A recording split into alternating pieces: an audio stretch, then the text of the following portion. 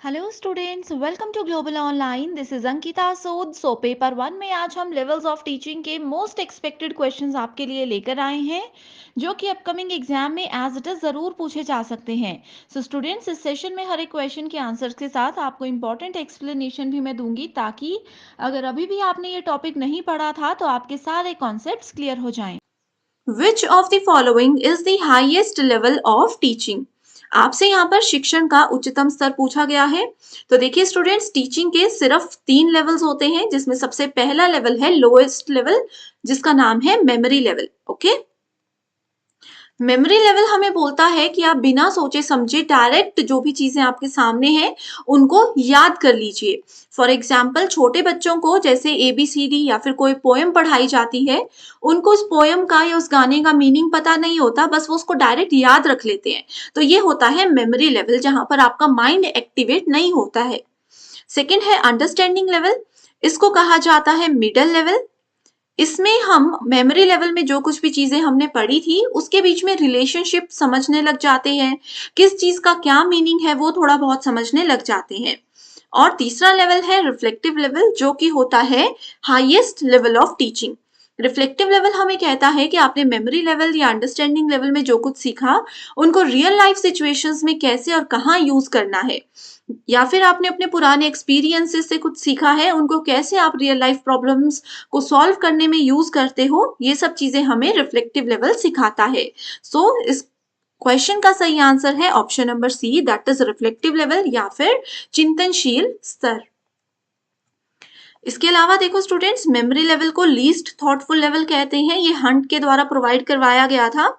Second है understanding level, इसको thoughtful level कहते हैं by Morrison. Reflective level is most thoughtful level, सबसे ज्यादा हमारा माइंड यहाँ पर एक्टिवेट होता है, it is done by Herbert. तो ये नाम और ये पॉइंट्स आपको याद रखने हैं। इस एग्जामिनेशन को क्वालिफाई करने के लिए पेपर वन प्रिपरेशन बहुत इंपॉर्टेंट होती है, एंड इसके लिए स्टूडेंट्स मैं एक कंप्लीट कोर्स लेकर आई हूँ, जो कि एग्जामिनेशन के डिफिकल्टी लेवल एंड पैटर्न के अकॉर्डिंग प्रिपेयर किया गया है। यहाँ पर आपको हम एक न्यू बैच भी दे रहे हैं, जो कि 8 अप्रैल से स्टार्ट होने वाला है। इस बैच में लिमिटेड पीरियड के लिए स्टूडेंट्स 50% ऑफ में दे रही हूँ, ताकि हर स्टूडेंट अच्छे से अपनी तैयारी कर सके। अब क्योंकि एग्जाम में बहुत कम टाइम बाकी है, तो आप लोगों को आपके कॉन्सेप्ट क्लैरिटी के साथ साथ मॉक टेस्ट भी जरूर अटेम्प्ट करने हैं। साथ ही 2000 प्लस MCQ क्वेश्चन बैंक भी है, जिसके बाहर से बिल्कुल भी क्वेश्चंस एग्जामिनेशन में आपको देखने को नहीं मिलेंगे। फ्री वीडियोस के लिए ग्लोबल ऑनलाइन ऐप को जरूर डाउनलोड कीजिए। स्टोर सेक्शन पर सर्च बार में कोर्स का नाम लिखना है, एंड स्टूडेंट्स यहाँ पर आपको जब आप कंटेंट पर क्लिक करोगे तो एक कंप्लीट कोर्स मिल जाएगा, जिसमें आपको mock test, PDF files and कुछ वीडियो लेक्चर्स मिल जाएंगे, जो कि एग्जाम के लिए काफी है। एंड यहाँ से अपने कॉन्सेप्ट क्लियर करने के बाद आप लोग ये मॉक टेस्ट दोनों लैंग्वेजेस में अवेलेबल है, इनको जरूर अटेम्प्ट कीजिए। एंड कोई भी डाउट्स हैं तो आप गिवन नंबर्स पर व्हाट्सएप के थ्रू कांटेक्ट कर सकते हो। नेक्स्ट क्वेश्चन है, in which level of teaching the main focus is laid on capturing and systematic presentation of ideas and information. So यहाँ पर कहा है कि जो भी आइडियाज और इंफॉर्मेशन है उनको कहाँ से आप ग्रहण करते हो और कैसे सिस्टमैटिक रूप से उसको प्रेजेंट करते हो, ये कौन सा टीचिंग का लेवल बताता है, मेमोरी, अंडरस्टैंडिंग, रिफ्लेक्टिव या फिर ऑटोनॉमस डेवलपमेंट लेवल। ओके, सो इसका सही आंसर है option number A, that is memory level. जब भी हम इंफॉर्मेशन को कैप्चर करने की बात करते हैं, इंफॉर्मेशन को ग्रहण करने की बात करते हैं, इसका मतलब है हम हमेशा मेमोरी लेवल की ही बात कर रहे हैं। ओके, नेक्स्ट है the objective of reflective level of teaching.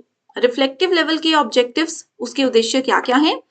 To impart knowledge to the learners, सिर्फ स्टूडेंट्स तक नॉलेज पहुंचाना। To develop insight into the learners to solve problems, students में ये एबिलिटीज को जागरूक करना, एक्टिवेट करना कि वो प्रॉब्लम्स को सॉल्व कर सके। To make students relate fact with the principles, यानी कि उनको समझाना कि सिद्धांत और तथ्य क्या होते हैं, उनके बीच का रिश्ता क्या है। To encourage students to apply knowledge in similar and different situations, या फिर रिफ्लेक्टिव लेवल स्टूडेंट्स को ये बताता है कि आप अपने ज्ञान को एक जैसी जगह पर और अलग अलग सिचुएशंस में कैसे यूज कर सकते हो। तो मैंने आपको अभी बताया था, रिफ्लेक्टिव लेवल क्या करता है, हमें बताता है कि आप अगर किसी प्रॉब्लम में फंस चुके हो तो आप अपने पुराने नॉलेज से या अपने पुराने एक्सपीरियंस का जो आपका नॉलेज है उसको कैसे इस्तेमाल करके प्रॉब्लम से बाहर निकल सकते हो। तो ये है इसका सही आंसर। आई होप स्टूडेंट्स आपको ये सेशन पसंद आ रहा है। अगर आप चाहते हो कि रोज रात को 9 बजे मैं इस तरीके के एमसीक्यू सेशन भी आपके लिए यूट्यूब पर लेकर आऊं तो मुझे कमेंट करके बताइए। एंड टीचिंग एप्टीट्यूड का अगला कौन सा टॉपिक आप चाहते हो ये भी मेरे साथ जरूर शेयर कीजिएगा, ठीक है। अगला क्वेश्चन है, there are some concepts in teaching, application of knowledge, यानी कि जो हमारा ज्ञान है उसको हम कैसे कहीं पर अप्लाई कर रहे हैं, उसका इस्तेमाल कर रहे हैं। कॉम्प्रीहेंशन ऑफ कॉन्सेप्ट्स, यानी कि अवधारणाओं की समझ, कॉन्सेप्ट्स को समझना। लीस्ट थॉटफुल लर्निंग, तो देखो ये तो मैंने अभी आपको एज इट इज बताया ही है कि लीस्ट थॉटफुल लर्निंग कौन सी होती है। और 3 लेवल्स भी दिए हैं, A, B and C, memory, understanding और रिफ्लेक्टिव। आपको इनको मैच करना है, ठीक है। देखिए पेयर्स कौन से हैं, इसमें बोला है सेकंड को हम ए से मैच करेंगे, comprehension of concepts with memory, और एप्लीकेशन ऑफ नॉलेज को अंडरस्टैंडिंग के साथ। तो क्या ये सही है? बिल्कुल भी नहीं, ठीक है, क्योंकि देखो इसमें फर्स्ट वाला पार्ट जो है वो सही है लेकिन दूसरा वाला पार्ट गलत है। ये वाला पार्ट गलत है तो ये ऑप्शन गलत हो जाएगा, ठीक है। अब डायरेक्ट हम आंसर ही देख लेते हैं इसका। एप्लीकेशन ऑफ नॉलेज, जो भी हमारे पास ज्ञान है उसको हमें अप्लाई करना है। अप्लाई करना है मतलब उसको यूज करना है। कहां पर यूज करेंगे? किसी रियल लाइफ सिचुएशन में। तो हम ए को बी से मैच करेंगे। तो ए को बी से मैच करेंगे तो यहाँ पर देखो सिर्फ एक ही ऑप्शन आपके पास आता है, और दूसरा इसका ऑप्शन बोलता है लीस्ट थॉटफुल लेवल होता है मेमोरी लेवल। तो देख लीजिए ये है बिल्कुल सही answer, that is option number 4। Which level of teaching is also designated as exploratory understanding. खोजपूर्ण समझ किसको कहते हैं टीचिंग के लेवल में? कहां पर हम ज्यादा नई चीजों को एक्सप्लोर करते हैं। एक्सप्लोर करना क्या होता है? एक ऐसी चीज जिसके बारे में हमें या तो थोड़ा बहुत नॉलेज है या बिल्कुल भी नॉलेज नहीं है, और हम खुद से उस चीज के बारे में नया सोचने समझने की कोशिश करते हैं, वो होता है exploratory understanding. Memory level, understanding level, reflective level या फिर ऑटोनॉमस डेवलपमेंट लेवल। तो इसका सही आंसर है option number C, that is reflective level. ये हमें बताता है कि जो नॉलेज आपके पास है उसको आप कैसे थोड़ा सा मॉडिफाई करके रियल लाइफ सिचुएशंस में यूज कर सकते हो। ज्यादातर क्वेश्चंस जो है वो रिफ्लेक्टिव लेवल में से ही एग्जाम में आते हैं, ठीक है। एंड ये जितने भी क्वेश्चंस हैं ये यूजीसी नेट के ऐसे क्वेश्चंस हैं जो बार बार एग्जाम में पूछे गए हैं एज इट इज। नेक्स्ट है मैच द फॉलोइंग का, स्वायत्त विकास स्तर, मेमोरी लेवल, समझ स्तर और परावर्तक स्तर, ठीक है। यहाँ पर देखते हैं इसको। So it is problem centered and requires on the part of learner more active participation, more imagination and creativeness. Okay.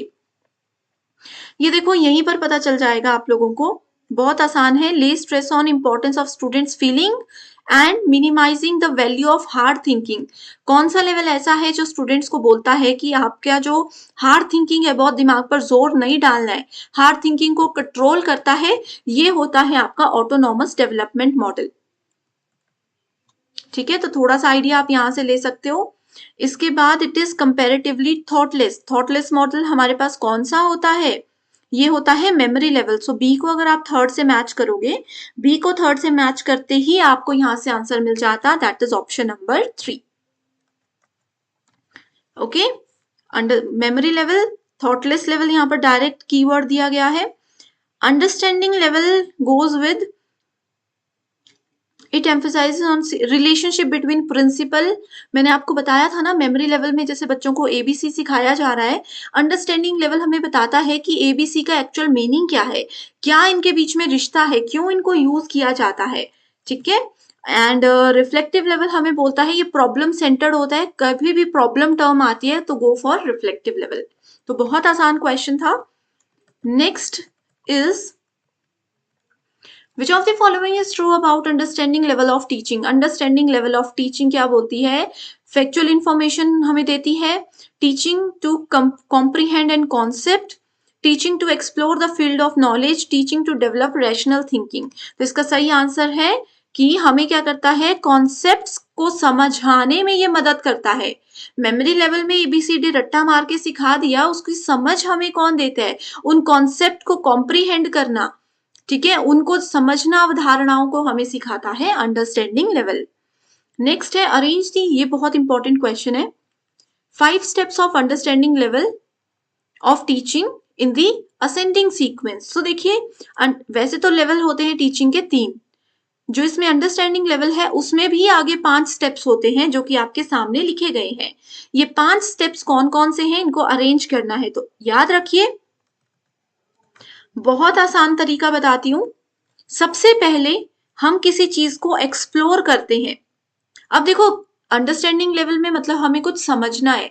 अब समझने की जरूरत उन चीजों को होती है जो हमें बिल्कुल भी नहीं मालूम है। तो जिस चीज के बारे में हमें बिल्कुल भी नॉलेज नहीं है, तो उस चीज को पहले हम एक्सप्लोर करेंगे। तो अगर आपको ये चीज समझ आ गई तो आपको आंसर इजीली मिल जाएगा। देखो, सबसे पहले ई ऑप्शन यहाँ पर ही है, तो ये मिल गया आपको आंसर। पहले आता है एक्सप्लोरेशन, फिर आता है प्रेजेंटेशन, कि जो भी हमने एक्सप्लोर की हैं चीजें उसको कैसे प्रेजेंट किया जाएगा, देन एसिमिलेशन, देन ऑर्गेनाइजेशन, और सबसे लास्ट में आ जाता है रेसिटेशन।